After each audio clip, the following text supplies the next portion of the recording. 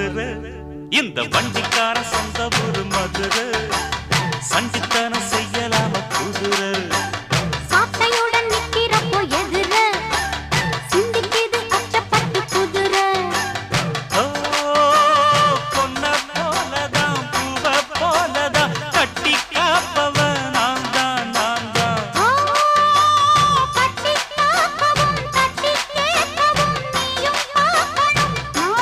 நாள்தான் வண்டிக்காரன் சொந்த ஊரு மதுரை